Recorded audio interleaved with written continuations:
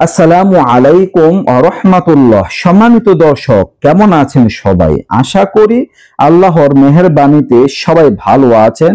গুরুত্বপূর্ণ স্বপ্নের ব্যাখ্যা নিয়ে আজকে হাজির হয়েছি আপনাদের সাথে। আল্লাহর সিরি রহমতুল্লাহ আলাই এর দেওয়া কিছু চমৎকার স্বপ্নের ব্যাখ্যা শেয়ার করব। কোনো ব্যক্তি বন্ধুরা যদি স্বপ্নে বলতে দেখে ইসলাম গ্রহণ করেছি, আমি ইসলাম গ্রহণ করেছি, এই রকম যদি বলতে দেখেন, এর কি ব্যাখ্যা, ভালো নাকি খারাপ, আপনাদের আমি জানাবো। কাজে আমার সাথেই থাকবেন, শেষ পর্যন্ত ভিডিওটা দেখবেন।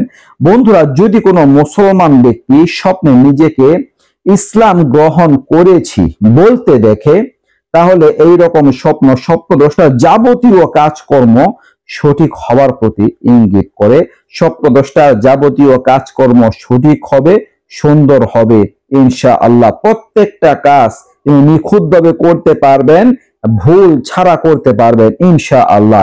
এমনকি এইরকম স্বপ্নদ্রষ্টার ইখলাস ও সততা আরো দৃঢ় হবে, এই বিষয়ের প্রতি ইঙ্গিত করে। স্বপ্নদ্রষ্টা সত্যের উপর অটুট থাকবেন, সত্যকে আঁকড়ে ধরবেন এবং তিনি প্রত্যেকটা কাজ, প্রত্যেকটা বিধি বিধান ইখলাসের সহিত আঞ্জাম দিবেন। ইখলাস মানে একনিষ্ঠতার সাথে শুধুমাত্র আল্লাহর জন্য সবকিছু তিনি আঞ্জাম দিবেন। এটা গুরুত্বপূর্ণ একটা বিষয়, হাদিসের মধ্যে আসছে ইন্নামাল আমালু বিন্নিয়াত, নিয়তের উপরই সমস্ত আমল নির্ভরশীল। তো নিয়ত খাঁটি করা, এটাই হচ্ছে ইখলাসের অর্থ।